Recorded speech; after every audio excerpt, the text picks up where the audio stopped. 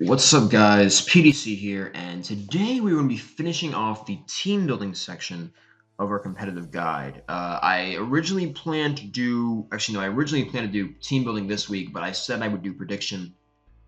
Prediction is coming in the future. Hopefully, you guys will be able to progress past the team builder and past the replay, and actually start clicking buttons so you don't have to forfeit as soon as you see a game. But anyway, with this episode of team building, we're going to be covering some of the things that I didn't cover last video. And I'm going to be a bit more specific. I'm going to try and make it relatively quick because these topics, while I can talk about them for essentially hours, there's really no need for me to, because just for you guys to get a basic grasp of them, I don't need to go into a million examples. I do, however, have examples. So I'm sure you guys will at least get the hang of what I'm trying to say here.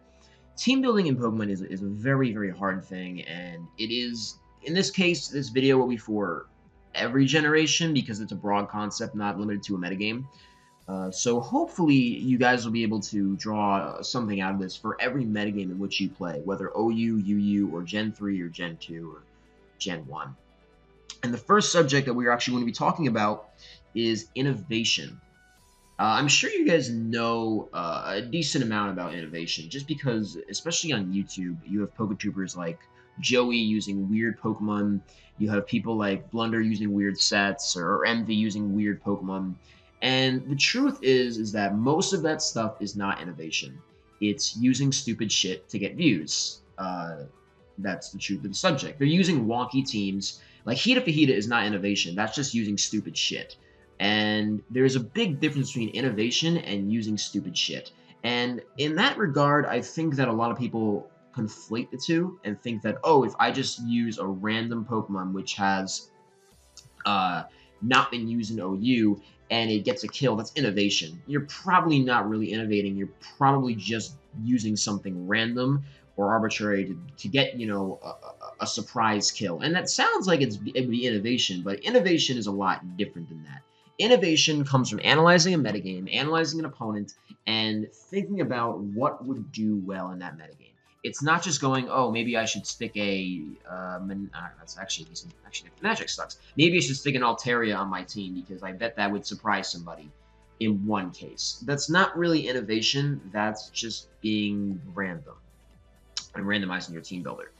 Innovation is picking or EVing or coming up with an idea for a team or a set that has some applicable concepts in the metagame, that you can use it in maybe not multiple ways, maybe in a singular way, but you can use that set in a way where it fits well within the current metagame paradigm. And that is what you seek to do with innovation. You want to attempt to come up with a set, a team, an item, a combination that will function in a specific way, which will surprise the opponent, which isn't standard, and it functions outside of just being random as fuck. Because most people in tournaments innovate. ABR innovates. He comes up with new sets all the time. But the point is, when he comes up with a set, they're not random. They're not just, I'm going to throw this weird Pokemon on and hope I win a game. That's not innovation. Innovation is being able to apply metagame analysis to your team building and be forward thinking and come up with a set that does well. Now, examples of innovation are things like Cosmic Power. I'll just list some examples here while I have the team builder open. Clefable with Cosmic Power is innovation, and I think Cosmic Power Calm Mind is innovation. What other examples?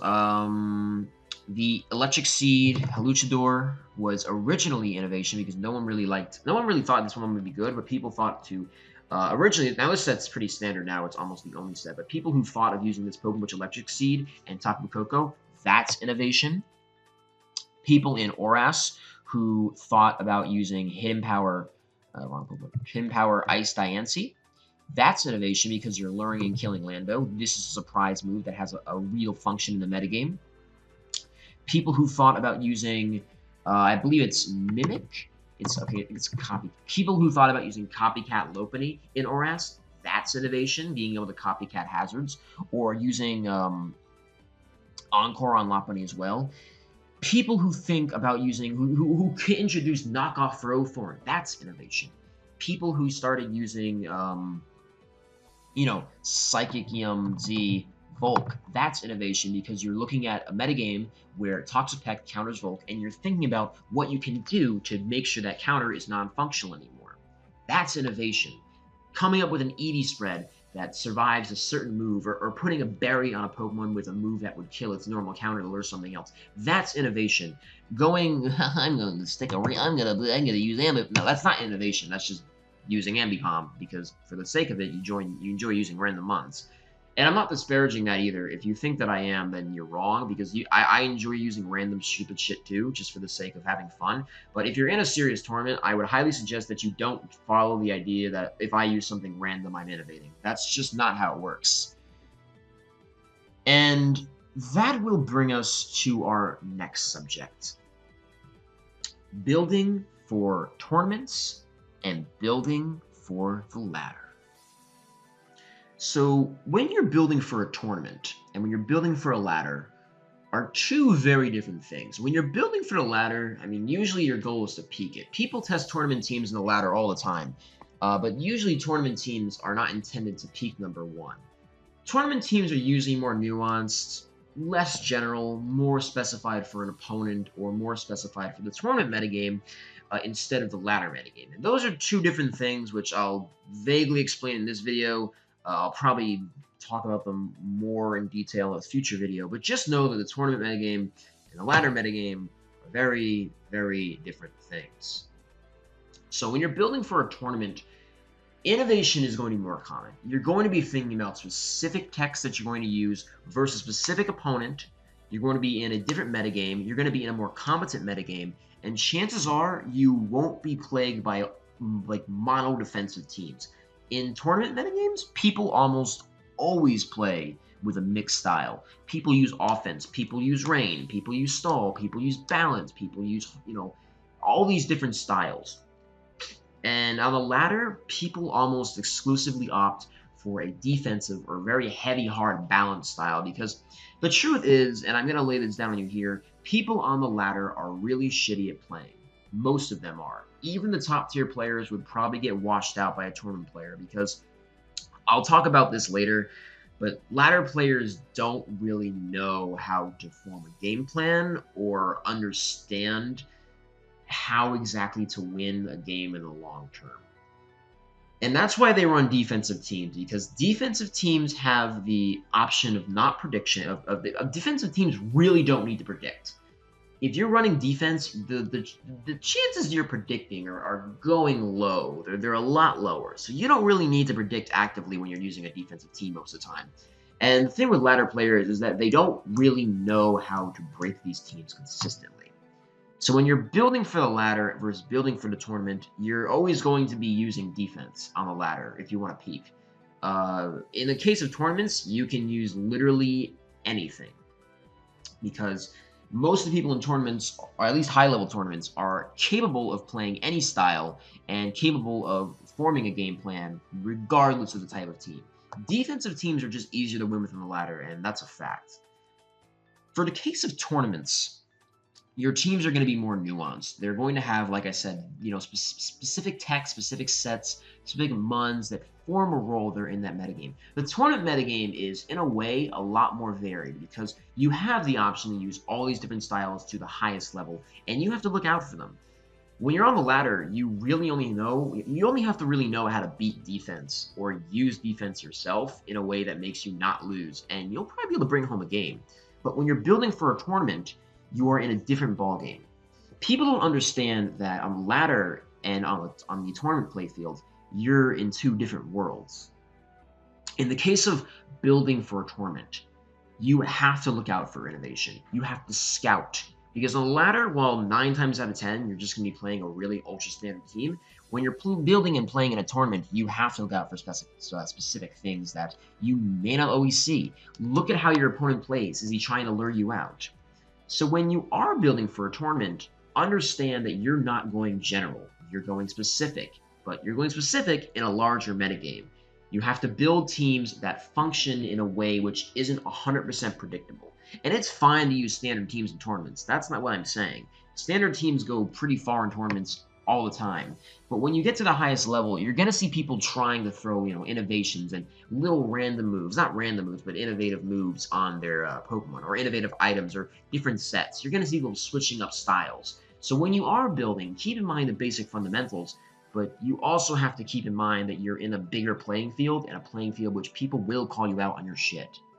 In the case of this tournament game, which is SPL, I just took 2 games from the most recent week, you see that there's Rain offense versus Magnezone offense, Drag Mag, or B-Drag, I don't know. You're playing 2 varied teams. You don't usually see this stuff on the high-level ladder. The high-level ladder is like 99% stall, or at least it was when I used to play it. Our second game, we have more balanced options from CB and a more offensive option from Seadumas. Again, you won't see these teams in the ladder usually because they're more specific for the meta game, which is catered to tournaments. You'll see things like T-Tar, Keldeo, and Coco more often on the tournament metagame, than you will in the ladder, because these Pokemon serve a specific purpose. Because these Mons don't do an amazing job of breaking stall outside of CB-Tar, and I guess Nature's Madness Coco. So, just when you're building for tournaments, keep in mind you're not building for the general ladder. You're not always going to be using stall. You are going to be using different things. You're going to be building in a metagame where the goal is often to keep in mind how to beat a lot of different styles instead of just not losing to any styles. Because defense is passive, and these metagames demand prediction. That's really what it comes down to. You're now playing people which are actually capable at predicting, which are actually capable at making the right move most of the time. And that's where innovation comes in, because getting the up on your opponent is a big thing. In the case of the ladder, these are teams which I believe this peaked top 5 and this team peaked number 1. You can tell both of these teams are very standard, but they're, well, not actually, this one isn't standard, but they're very defensive. Their focus is to not lose and just counter what you see in the ladder. Their focus is to just stall, because most of the people you're playing are going to be unable to beat you if you just play defensive, because they're not going to be able to predict. They're not going to be able to form a game plan. So your best option to peak the ladder is really just to go for the defensive route. And that's really it. When you're talking about team building and talking about team building for the ladder versus tournament, in the ladder, you want to go defensive. You want to use teams which are ultra standard, because you really don't have the need to cater for a specific person or a specific metagame. You're as general as you could possibly be. People are using all types of shit, and everyone is pretty disjointed. There's no agreement on what is really good, unless you're talking about the few people at the top of the ladder, but they're just all using stall anyway. And stall beats standard stuff pretty reliably. It's when you get in the realm of innovation where you can't just use stall anymore. It's when you get in the realm of prediction where you can't just click the right move anymore, or click the super effective move, or click the switch button and expect to win. Teams like this probably would fail. Well, this team would do well in a tournament. This team would probably do okay in a tournament, just because it's a general solid build. But teams like this would probably fail, and that's why teams like this are stuck on the ladder. If you've ever wondered why you don't see teams like this in tournaments, well, there's your answer. They're just not good and catered for the tournament crowd. They'll lose if you predict. They'll lose if you get hit with a tech. And that's why in tournaments, there's a lot of variance. Anyway, guys, thank you all for watching, and with that, I'll see you guys on the next one. Peace.